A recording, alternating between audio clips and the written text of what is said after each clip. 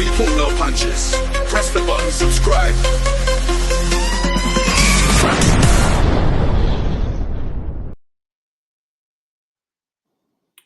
Fight fans, welcome, and we have a very special guest today, Stoke-on-Trent's own Nathan Heaney. Nathan, how are you doing? Yeah, very good, thank you, mate. Just been very busy the last few days. Obviously, the tickets arrived yesterday, so we're getting them all allocated. Is it Amy, your partner? Yes, it is. Yeah. Yeah. Well, I sent yours out today. So they sent first class recorded statement, so you should get them over the next few days, whatever. Hopefully before Christmas. But yeah, it's just been a bloody nightmare. But now we've got them all sorted, so it's just concentrating on training now, really. Great stuff, and that's a great way to start the show, talking about your fight and your tickets. That's what we wanted to hear. Yeah, no. First of all, before we go on to the boxing, I mean, we'll talk about your fans, your Stokies, as you call them. Yeah. I mean, they absolutely come out in the thousands, don't they, for you? What a tremendous support you have. Yeah, it's phenomenal. So it's like, I was going to put a post out the other day, but I thought, I'll leave it. But I was going to say, don't judge a fighter's support based on when he wins. Like, judge his support when he's lost. Like, cause obviously, I lost my last fight. Now, my biggest fear was thinking, no one's, like, people might not want to go again. But people have been incredible. Like, it's Christmas now. Like, do you know what I mean? Like, December's probably the worst time to have. Obviously, I'm fighting in February, but to have tickets out in December is probably the worst time of all to have them out. But, like, there's over 1,300 I've already brought them, which is phenomenal. So, unbelievable, yeah. Like, you yourself are going to be there, mate. So, I can only think of being there, mate. I can't wait for it. I mean, also, I'd like to point out, I suppose a lot of people know, you also locally hand deliver your tickets as well, which is great interactions to have with your fans too. Yeah. From my very first, let's say, from the first time I sold 100 tickets, I remember one of my mates saying, you need to get someone else to do that. And I was thinking, do I really need for 100 tickets? Like, it was a lot of work, but now I do it for, let's say, 1,500, 2,000 tickets. Now that is much harder. But once you know what you're doing, it's sort of, yeah. Plus, boxing is my full-time job as well. So it's not like before I used to wake up at 6 a.m, train, I'll be a teacher in the day at the college, then train in the evening, obviously be a parent of my first child and my wife. But then luckily, like 2021 is when I went, September, when my second daughter was born, I went full-time in boxing. So now it's just so much easier. Well, getting on to your boxing career, you've had 20 fights, 18 wins, 6 KOs in them wins, 1 loss, 1 draw. I mean, you won the British title against Denzel Bentley. Would you say that's the best moment of your career so far? Oh yeah, by far. In terms of like boxing, yeah, it definitely was like, all it was, I just showed what I can do as a fighter. It wasn't luck in all this, and it wasn't any excuses that people come out with why they lost and this and that. I just knew exactly what to do to win, and my style and the styles just clashed really, really well, blended well, didn't clash. And I just worked the way me and Steve expected it to work. Yeah, it was a brilliant performance, and hats off to you for winning that British title. I mean, let's be honest about it, in that fight, you was the underdog, wasn't you? Oh yeah, not even like a massive underdog as well. Even like locally, like Bet365 is obviously from Stoke. They had me like 9-1.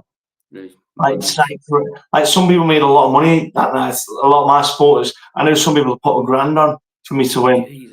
Right, so like they made some really good money. Like, and some of them, one of my sponsors, the app wouldn't let him put more money on because he wanted to put loads on, but yeah. I bet he gave you a huge pat on the back after that, Nathan, didn't he? Yeah. Well, in your career as well, obviously you've had a couple of rematch fights. The first one was with Jack Flatley. I was at both of those fights actually. I was at both of them, and then obviously you had the Brad Pauls draw, so you then had a rematch. Your Brad Pauls fight, you lost it. So looking back, would you have changed anything? Did anything go wrong in the build up to the fight, the camp, or anything like that? No, if anything ever went wrong, it would have been the first fight. But the first fight I still boxed well. Like, I watched it back quite a few times, like just to make sure that what I felt in the fight. See, when I'm fighting, I score the fights round by round anyway as we're going. And if the rounds are close, I'll always give it to the other person because I think it's better to order inside the caution. When the fight finished after that first one, I thought, I've won this by 2 rounds, like in my head. And then it was draw, I was thinking, bloody hell. Like, but most, well, obviously some people thought Brad Paul's won, some people thought it was a draw, but quite a lot of people's opinion, at least I'd listen to, thought that I won. So it's just one a bit disappointing because obviously that's the sport of boxing. The next fight then lose by, because the first 3 rounds I was boxing lovely in that second fight. Yeah. I was really pinging him, and I thought this is easy. And I think that's the mistake that I made, was he can punch really hard, and I switched off, and he made me pay for it. So he dropped me in the 4th round. I got straight back up. I was fine, but then that swayed the momentum, and that was just made it. It was a real close fight going into the last 2 rounds. And again, I was thinking, I'm bringing this back now. But then I think he won the 11th round. Well, they would have won the 11th round. And I was thinking it's all on the last round, either to most likely make it a draw again. But then obviously community. I mean, both of them, there were 2 cracking fights. I was ringside for the first one, excellent fight. The second one I would have come to, but I couldn't come because I was actually on my 40th birthday weekend in Benidorm. But I did watch it on the big screen in Benidorm, and it was a cracking fight. Obviously, didn't get the result. It was disappointing for you not to get the result, but 2 excellent fights, and you move forward from that. But so speaking of going forward, I mean, your next fight is February the 8th, which you've spoke about, will be coming to on the undercard of Chisora and Wallin, and it's at the new Co-op Live Manchester Arena. Yeah. Do you have any opponent news for us yet? Can you unveil anything? Well, I do have an opponent, but like I agreed to a German lad about maybe 9 days ago, and as far I've heard nothing back that it's not happening. So, but it's just I don't want to share out yet because if it changes, but it is a good opponent. It's like high ranked very highly in Germany. He's ranked higher in the world ranking. So that's what I want really, because it will be I think it's for the WBA Continental title. So, which is the title that I did lose before, but I've hopefully gained that back. But it's just getting back in the top 15 in the world, essentially. That's what I need, because if I want to get into the big fights next year, that's what I need. I need them rankings just to get me in that mix. Okay, well, I've obviously started my channel. Started interviewing fighters like I'm interviewing you. I've had Troy Williamson on. I've had Tyler Denny on as well. I mean, Troy Williamson, you've probably seen on social media, has been calling you out sort of thing, respectfully. Yeah. Do you have any response for that? Is it a fight down the line you'd like to do in the future? Listen, he's a good fighter, but it's like anything, like see, I'll fight anyone. That's probably one of my biggest issues. But I don't just make fights because someone's tagged me on Twitter and keep. And in fact, the opposite happened, because I thought, okay, it's an interesting name. But then the more they do it, the more I'm like, nah, they can jog on, like, because that's just not the way I work. I mean, I don't do that myself. I don't go out there tagging loads of fights, or this and that, or you're scared, or I'm going to beat you, great fights. Listen, I get why he's doing it, because the difference is I'm with Frank. I'm on TNT Sports, soon to be DAZN or whatever, and I've got my fights. Whereas someone like that, they have to call me out, because if they don't, where are they going to fight anyway? So I understand why they're doing it. It's just not my style. I mean, obviously, he will be stepping up to 160 to the middleweight division. Like I said, you've also got Tyler Denny as well. I mean, just domestic alone, I've said this to Tyler Denny, Troy Williamson. It's a brilliant division, isn't it, domestically? Well, yeah, the middleweight, it's always going to be a good. It's always been a good weight class. It's where the median is, which where everyone. It's probably the toughest division, really, in terms of size, strength, speed, and all that kind of stuff. You got the blend of all qualities together. So it is very tough, and there are some very good lads in town. So very, very good fighters as well. Yeah, they're both really likeable lads as well. Because Troy Williamson as well. You're a ticket seller. He's a ticket seller. You know, it would be good to see down the line. Be a fan friendly fight. I'm sure he'd be brilliant to see. Yeah, definitely. Your ultimate goal, obviously, is fighting at Stoke City Ground, isn't it? Yeah, and just if it never happens, I think it'll be the biggest travesty ever. But listen, obviously the last fight didn't help that scenario. For me, I think that the platform's there for a perfect fight for me and Denzel Bentley at the fight for the European title. Winner takes all, go on to the world title, because I know the winner of the Paul's Bentley fight was promised a world title the fall next year, but so was the winner of me and Bentley. So, and out of me and Bentley, the only one who's got a win between us is me. So, but I totally get why they wouldn't want to fight me, most likely. So I mean, I've got like pens here, it's full of it, and but like, so yeah, like, but I've just got to win, mate. I've got to win in February, get back in the world rankings, and hopefully he can navigate fighting at Stoke. Because you don't have to look at the sport that I've got. You just put it, because I look at like these other fighters like Chris Smith at Bournemouth, amazing what he brought with him there for the. Then you had Cal Simpson, is it Barnsley or Burnley or whatever it is, and I think to myself, they've done that in the football teams, and I don't think they ever had the following or the support base that I have all the way through my career. Yeah. So I just think it would make sense for them to do it, but we just got to see. Well, I totally agree with you. There's absolutely no doubt you won't sell the Stoke Ground out with the support you've got. Just quickly as well, another fighter that I did have on here, my very first interview, Chris Truman.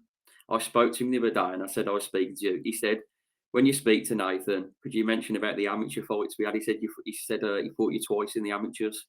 Yeah, so he did actually. I think, in fact, I think I was his last ever amateur fight. I think I think it was. So the first fight, he hammered me, like he's in the championships, and he was just too strong. Like he was a proper man when it comes to like the amateurs, very strong. Whereas I think I might have been 19 at the time, no, maybe 20 at the time. 19, I was a young 20, bit of a boy, and yet he hammered me the first time. It was a good competitive fight, but he did catch me good. But the second fight was on his home show at Aston, and I gave him a much better fight this time. In fact, I think I'll even say I think I won the second fight, but we all say that, don't we? So you know what, though, he's actually been very open and admitted that to me. He exactly what you've said there. He said it to me. I mean, he's a great guy, and I tell you something, he's still super fit as well. He lives the life, and the first interview I've done with him, superb, honestly. But we'll move on then. I mean, big fights the weekend. Well, big monster fight, good undercard. Usyk versus Fury. Do you have a prediction for me? Usyk's just one of the best who have ever done it. But he'll probably never get the appreciation like you would of all the all-time greats. Like he's beat everyone. He's even beat Fury. Do you know what I mean? Like who I didn't think anyone would beat him. So people are edging towards Fury now, which it'd be great if Fury could win. I think what happens with Usyk is, in order to do well against him, you have to expend a lot of energy. Look at, for example, Tony Bellew was boxing well against him, but the amount of energy it took for him just to keep either the pace or to mentally just stay in the game, it just drained him completely. And in the end, that's why he was winning. And I think he's just got an amazing style. And I think he's just very suffocating with the way he uses his feet. And Fury had 4 great rounds in the last fight. Because I think I had 4 apiece after the 8 rounds. But then you just saw it just sway a little bit more. Because again, Tyson Fury's got to use a lot of energy in order to keep him off. Yeah. But it'd be great if Fury could win. But I can't really say who's going to win. Because normally if I pick a winner, they usually lose anyway. So just pick one. Who do you think? Usyk, Fury? I'd say Usyk. Yeah, I would agree with that as well. Like you say, unbelievable. Listen, I think Fury's one of the best in the world. Take Usyk out, and he's the best in the world. Yeah, I agree. Think Usyk's just phenomenal. Yeah, there's no doubt about it. In that heavyweight division, it's definitely the best versus the best. Like I say, superb boxer, Usyk, brilliant athlete. Tyson Fury the same, superb boxer. I just think he's come up against the guy in Usyk who's just that little bit better. But like you say, Tyson Fury, Tyson Fury and Usyk, they're definitely the two best. Just quickly, but 2 seconds. Like I say, that every time I pick a winner, you lose. So Fury's going to knock him out now. So yeah. Yeah. Well, let's say you're not going to. Hopefully, you won't get no backlash, just in case. Yeah. As regards people like you say, your Furies, your Usyks, do you ever look at like the style of like say an Usyk and sort of like try and copy their style or try and master everything that they're doing all the time when you're training and that? Yeah, 100%. Like Usyk and Lomachenko are probably two people you would look at, because you just have to look at the way they apply themselves. They don't throw the shots that hard, to be honest. They just relax, but it's technically perfect when they throw it. So no, I definitely do look at fights like that. I like looking at, although it's completely different to my style, I like looking at Julio Cesar or Chavez Sr. I like watching him. Very defensively good when he moves that. But again, the economy of his shots are just perfect. They're not even throwing hard. He just lands them and just relaxing, and just throws them good. Yeah. It all just comes natural to them, doesn't it? They're just superb to watch. But I think that'll wrap it up today. To be honest, Nathan, I think that your prediction's right for Usyk Fury. I'm gonna back you on that one, and any backlash that comes your way will come my way as well. Best of luck for your fight. Obviously, we'll be there to support you. Very, very much looking forward to it, and it's a good card as well. It's nice to see Derek Chisora getting his last UK fight as well, and I bet it's a privilege for you to be on his undercard. Oh yeah, it's gonna be brilliant, mate. Can't wait. So I'm sure the Stokers will make a great atmosphere as well. And just remind us again, how many tickets have you sold for this fight? Yeah, 1,300 at this moment in time. But there's just over. But there's about 200 people because they're waiting to pay. Like, they can't pay before Christmas, so they're going to pay say the first week in January. But they always come, so that's why I'm saving their tickets. When normally I just sell them on but these guys are always there, so I'm keeping them safe for them. Yeah, so be at least 1,500 there. That's great, dedicated, loyal fans. And obviously the way you, like say, hand deliver your tickets. I mean, coming on here today to chat to me, I really, really appreciate it. Thank you. Yeah, I appreciate it. We mentioned before about when you were at the first bad pulse. Did I see you ringside before the fight?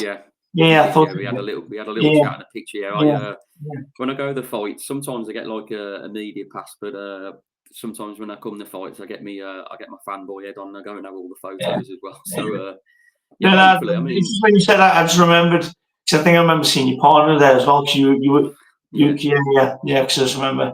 See, I've been punched a lot, but I've still got an okay memory. You have really well. It'd be great to see you again at the fight as well, maybe before or something. If we can, we'll have a chat about it. We'll see. I want to wish you and your family as well a very, very Merry Christmas. Yeah, you too, mate. You both have a great Christmas, Mason. Like I say, your tickets will arrive any day now. And if you don't arrive within 10 days, let me know, because I'll have the tracking number anyway, so I can check. I'm sure they will do. Don't worry about it. And I know how to find you anyway if they don't. Yeah. Cool. Once again, Nathan, really, really appreciate your time. Thanks for coming on. It means a lot to me for my channel. Like I say, I'm only just starting out, and I'm getting fighters on like yourself, and all of them so far have been absolutely fantastic to have on. So thanks for your time, Nathan. Really appreciate it. Thank you, mate. Cheers. Have a good mate. Bye. Bye. Cheers, mate. Bye.